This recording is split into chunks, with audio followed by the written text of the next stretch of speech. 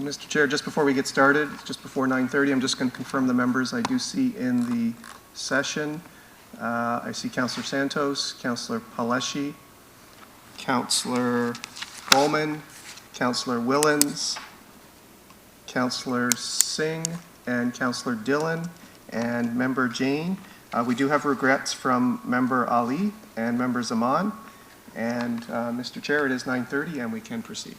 Thank you very much. Good morning, everyone. Welcome to our meeting of Brampton's Audit Committee. We will begin the meeting with the City Clerk calling the roll for attendance at today's meeting.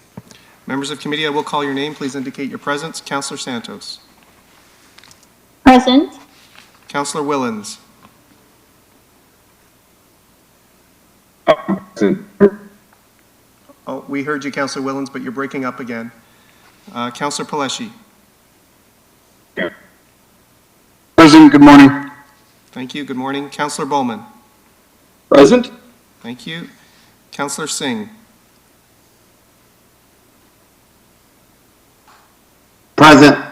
Thank you. Councillor Dillon.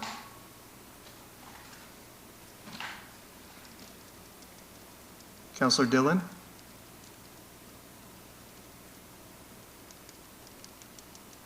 Councillor Dillon, this is roll call.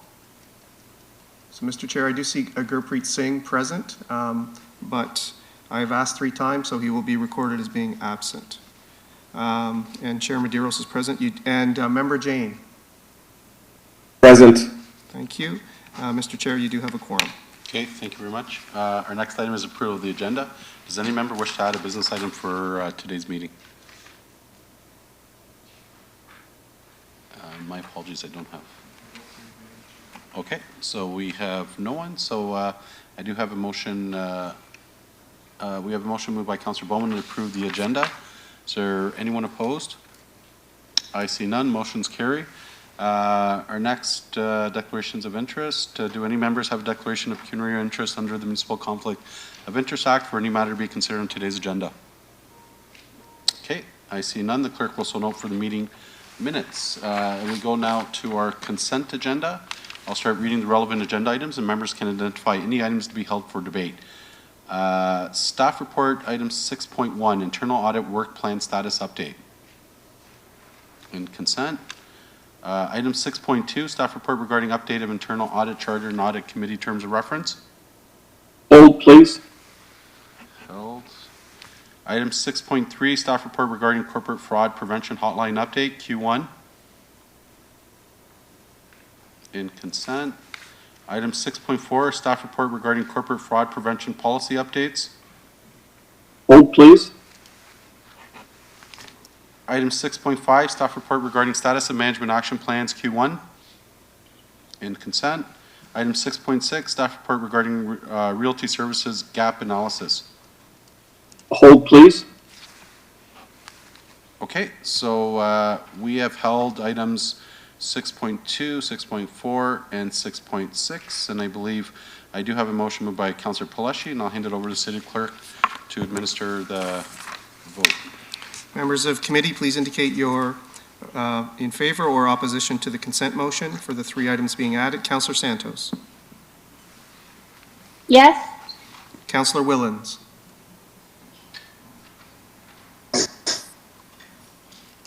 Councillor Willens, can you just try one more time? You're still breaking up a little bit. Yeah. That's a yes, thank you. Councillor Paleshi. Yes. Councillor Bowman. Yes. Councillor Singh. Yes. Councillor Dillon.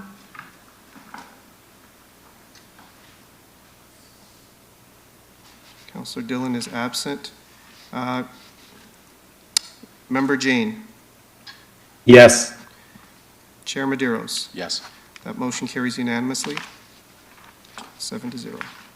Thank you very much. Our next item is delegation from Maria Kushanud, and my apologies, KPMG Enterprise 2021 Audited Consolidated Financial Statements. And welcome, Maria.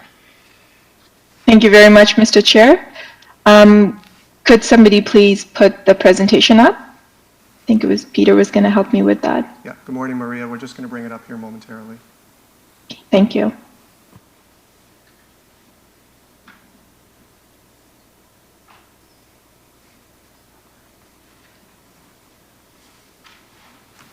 bear with us a moment. We're just having a technical issue with WebEx.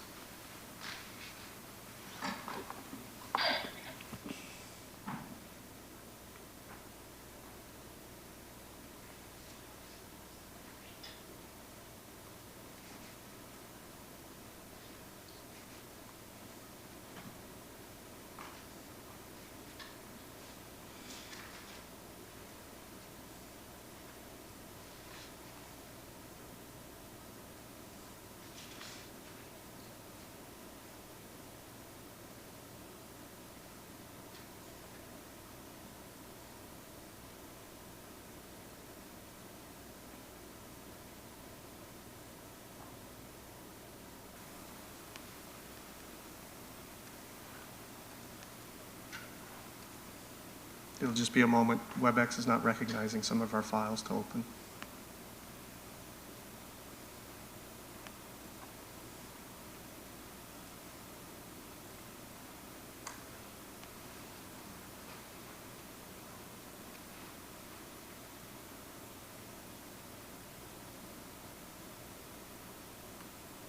Alternatively, I could present, knowing that it is part of the package, just in the interest of time. We'll just bring it up here. Just give us a moment, please, Maria. Okay. Okay.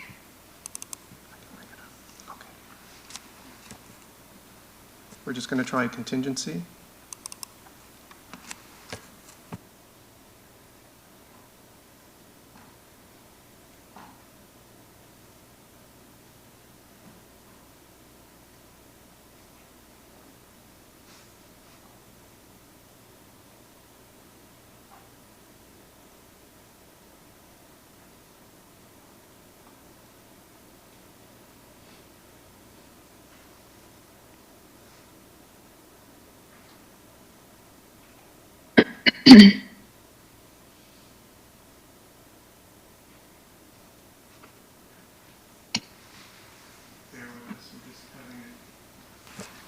Sorry, through you, Mr. Chair, just bear with us a moment. We're just having a technical issue. Not a problem. And you're okay? Okay.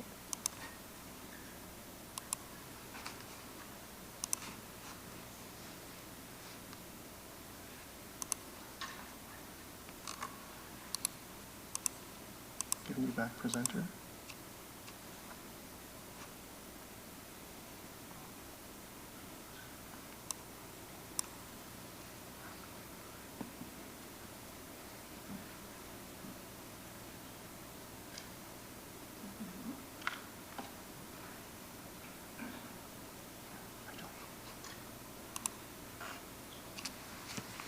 Maria, that is the presentation that's on the screen. That's the right one that I believe you emailed last night. Yep, that's correct. We'll just expand the scale a little bit.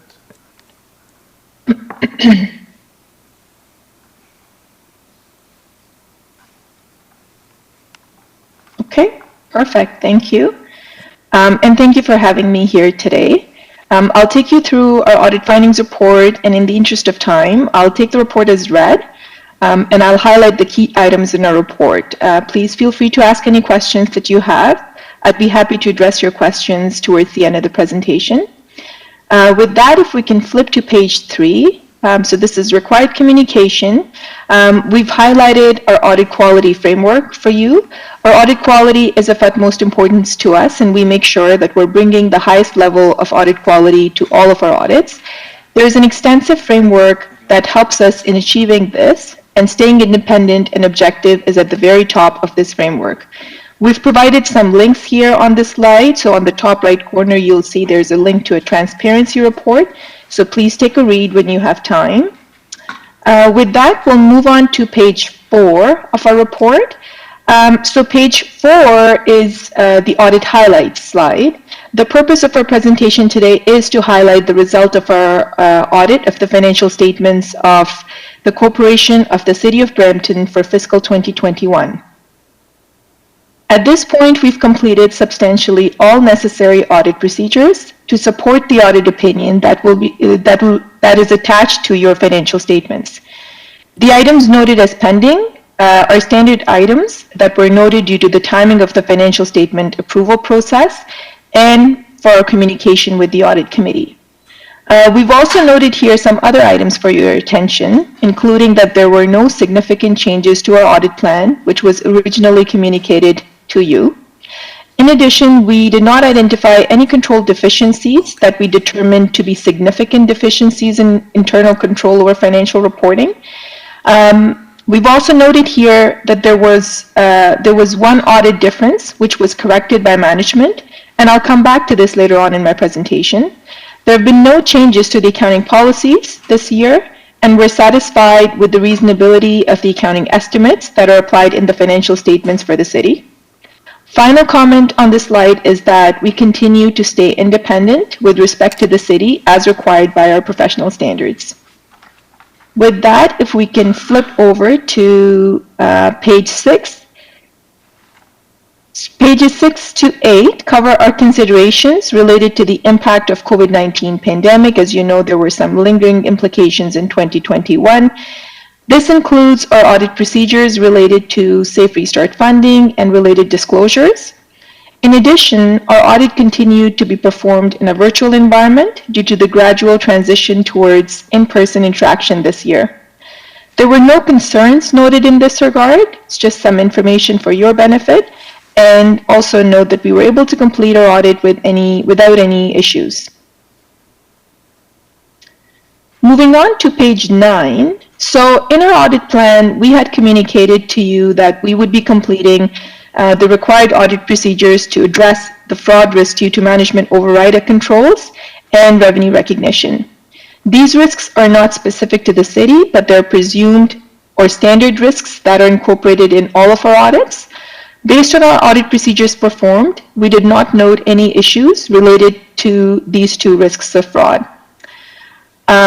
We've also completed a comprehensive set of audit procedures related to revenue, as it's outlined on this slide, due to the various streams of revenue that the city gains its revenue from.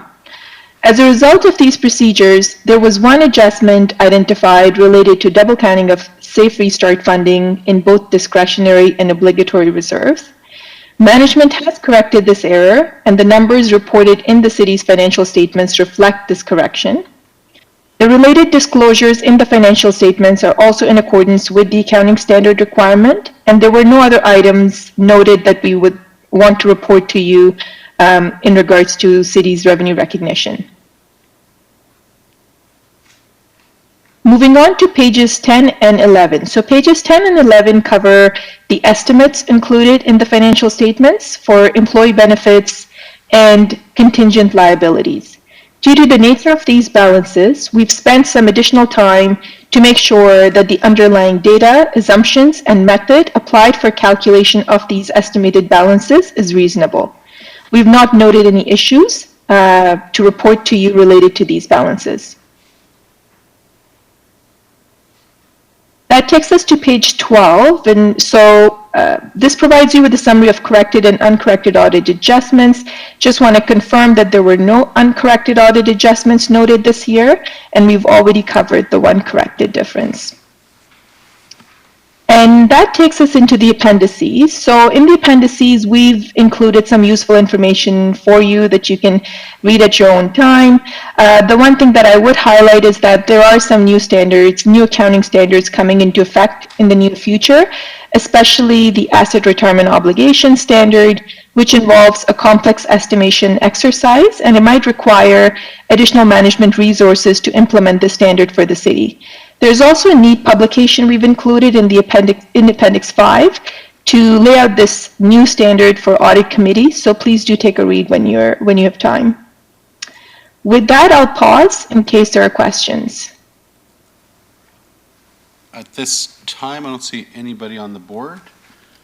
Okay. And no, there's no further questions. So at this stage, unless there's anything else you'd like to add, Maria? No, I'm good. Thank you very much for your time. Okay, thank you very much. So I do have a motion moved by Councillor Santos, and we'll put the motion on that the delegation from Maria Kushnud, partner at KPMG Enterprise regarding 2021 audited consolidated financial statements for the City of Brampton to the Committee of Council meeting of May 17th be received, that the report titled 2021 Audited Consolidated Financial Statements for the City of Brampton to the Audit Committee meeting of May 17th be received, and that the 2021 Audited Consolidated Financial Statements for the City of Brampton be approved. Is there anyone opposed? I see none. Motion carries. Thank you very much. Now we go to the held reports, and our first report, I believe, 6.2, updated internal audit charter and audit committee terms of reference. Over to you, Councillor Bowman. Thank you very much. I don't know if anybody else had any questions on this, but I'd like to defer this to the next audit committee. There was a lot, including the KPMG report, on this agenda, and I think this needs some attention given to it. So I would like to move a deferral to next audit committee. Okay, so we have a deferral on the floor. Is there any speakers? City Clerk? Okay. Yep, not debatable. So a deferral moved by Councillor Bowman. Is there anyone opposed? I see none. It's been deferred. Thank you. Next item is 6.4. Back to you, Councillor Bowman. Yeah, and again, unless anybody else has questions, this is the same sort of thing. This is changes to our updated policies that I think we really need to take a close look at. So I'd like to defer that to the same meeting. Okay, so we have a deferral on the floor. Is there any speakers? No one? Anyone opposed to the deferral? I see none. Motion carries. Our last item is 6.5, is it? 6.6, and Councillor Bowman. Yeah, sorry to be a pain on this audit meeting today, but I've got a number of questions on the gap analysis that was chosen to be done as opposed to an actual audit. So the first thing that I'd like to highlight is one of the very first lines in this gap analysis, and I don't know, perhaps Richard can tell us if we're going to be doing an actual audit as opposed to a gap analysis, but the first line here is, during our review, we observed the following strengths of the real estate function. Continuation of critical real estate activities despite the challenges of staff shortage during COVID-19. So as I'm going through the report, right after we talk about, that they were performing all critical functions, and this is not a knock at all on our real estate department. I know they were short-staffed, but right after we say that, in this gap analysis, we go on to say, here are areas where we recognize opportunities for improvement, executing a plan to fill vacant positions, updating policies and procedures, standard operating procedures, consistently reporting to council, maintaining a complete up-to-date inventory, improving the process for maintaining proof of insurance, updating the appraisal process to include defined thresholds, reviewing data accuracy and completeness, implementing a process to obtain signed agreements with all vendors. To me, those are pretty critical functions of the real estate portfolio. So, I've gone through the report. Staff shortages over the last 2 years have led to several challenges, such as lease details not being updated in the integrated workplace management system, insurance compliance not regularly monitored, infrequent reporting to council, incomplete physical and electronic lease files during the pandemic. So I've got a number of these. So I guess if Richard's on the line, perhaps he can just respond to some of these questions. Like, to me, these are critical functions. And to say in our very first line that the gap analysis found that they adhered to all critical functions, I think this is an indication, whether it's through people working from home, whether it's through employees missing, shortages, I think these are pretty critical things that we need to address. Any comment on that, Richard? Through the chair, and thanks for the question. The the first case where we're talking about the critical functions, and I'm sorry if we're sending a mixed message. Basically, they had to prioritize what work needed to be done based on the resources that were available, and they went with what seemed to be the most critical processes that could be done. The there are a number of gaps that need to be addressed, and in the the executive summary, we do indicate that immediate action is required by management to address these issues. This was a gap analysis, more of a consulting engagement, so we didn't rank the audit, but that language indicates that these things are critical and need to be addressed. And management have agreed and have put plans in place to address them. Does that answer your question? Yeah, it does, Richard. And what's the difference between the findings of a gap analysis and an actual audit in terms of, grading these things, whether they're yellow, green, or red, and how effective we can be in saying these have to get done? In a gap analysis, we don't do the same level of testing that we would in an audit. That would be in sample selection. We just get enough information to validate our observation. A gap analysis is also done when an audit simply wouldn't add value. If I were a consulting firm looking at auditing a process, and there's processes that haven't been in effect for a few years, it wouldn't benefit the client to audit it because it wouldn't pass an audit. So by doing a gap analysis, we're providing a client with a path to addressing critical issues. It provides us some oversight through the process because we'll be working with Realty as they address the issues, and the management action plans will be reported to Audit Committee on a regular basis. And at the end of the process, we will come back and do a proper full audit. Okay, and this audit was actually put off, I think, when was the last audit done? In 2018, before that even? So we've been putting this off and off and off and off, and I think we found some areas that are pretty critical to our jobs as councillors and to the city of Brampton. Any comment on that? Through the chair, can't speak to the past deferrals, other than that they indicate that the expected controls weren't in place, and so all I can add to, or all I can do is confirm what you're saying, is that immediate action is required to address a lot of the findings, and yeah, I just have to agree with you on that. Was there something I missed, or is this okay? Are you? No. Okay. No, Richard, you're doing fine, and I'm sorry if I appear to be putting you on the spot. I'm certainly not trying to. I'm just trying to get to the crux of the matter here and what the real issues might be there.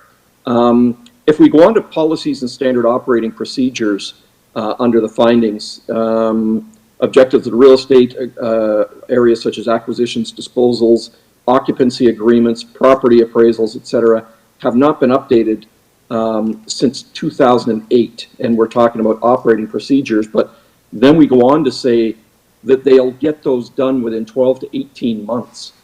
So I'm just looking at it. They haven't been updated since 2008, and now we're going to wait another 18 months to get these updated. Is there no way, and I guess you're the wrong person to speak to, I should be talking to Realty, but is there no way to expedite those changes and get them done in a much quicker fashion?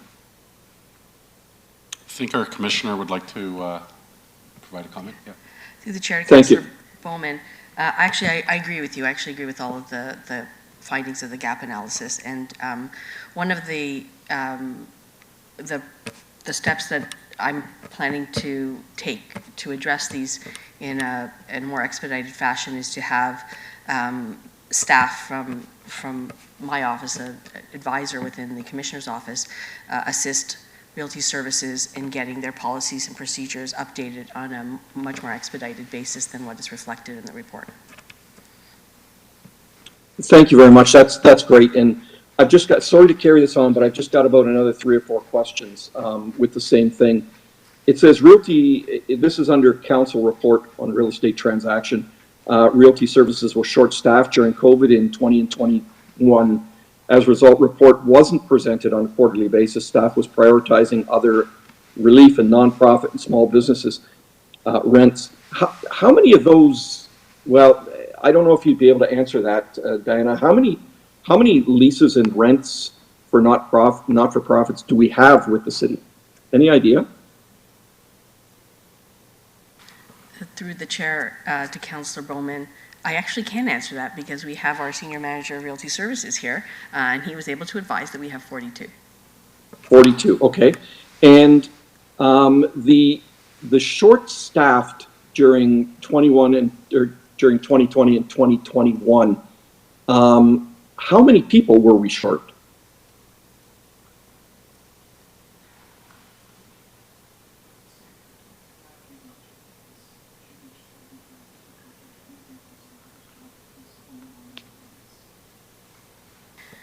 Through the chair, once again, our senior manager has assisted, and what he tells me is that it's a very young team. The majority of the folks on the Realty Services team were hired or brought on within the last year, so it would appear that we were quite short-staffed. Okay, sorry. And again, Diana, I don't mean to put you on the spot either. I'm just, like I said, I'm just trying to find some answers. I'll go on to transitional buildings report to council. It says, one further discussion with management indicated that due to multiple shifts in the placement of realty services between public works, community services, most recently legislative services, clear ownership have not been defined at the functional level to prepare a report. So I guess what we're suggesting there is that when we made the reorganizations, that there was errors, I guess, in the reorganization. Is that what this finding says?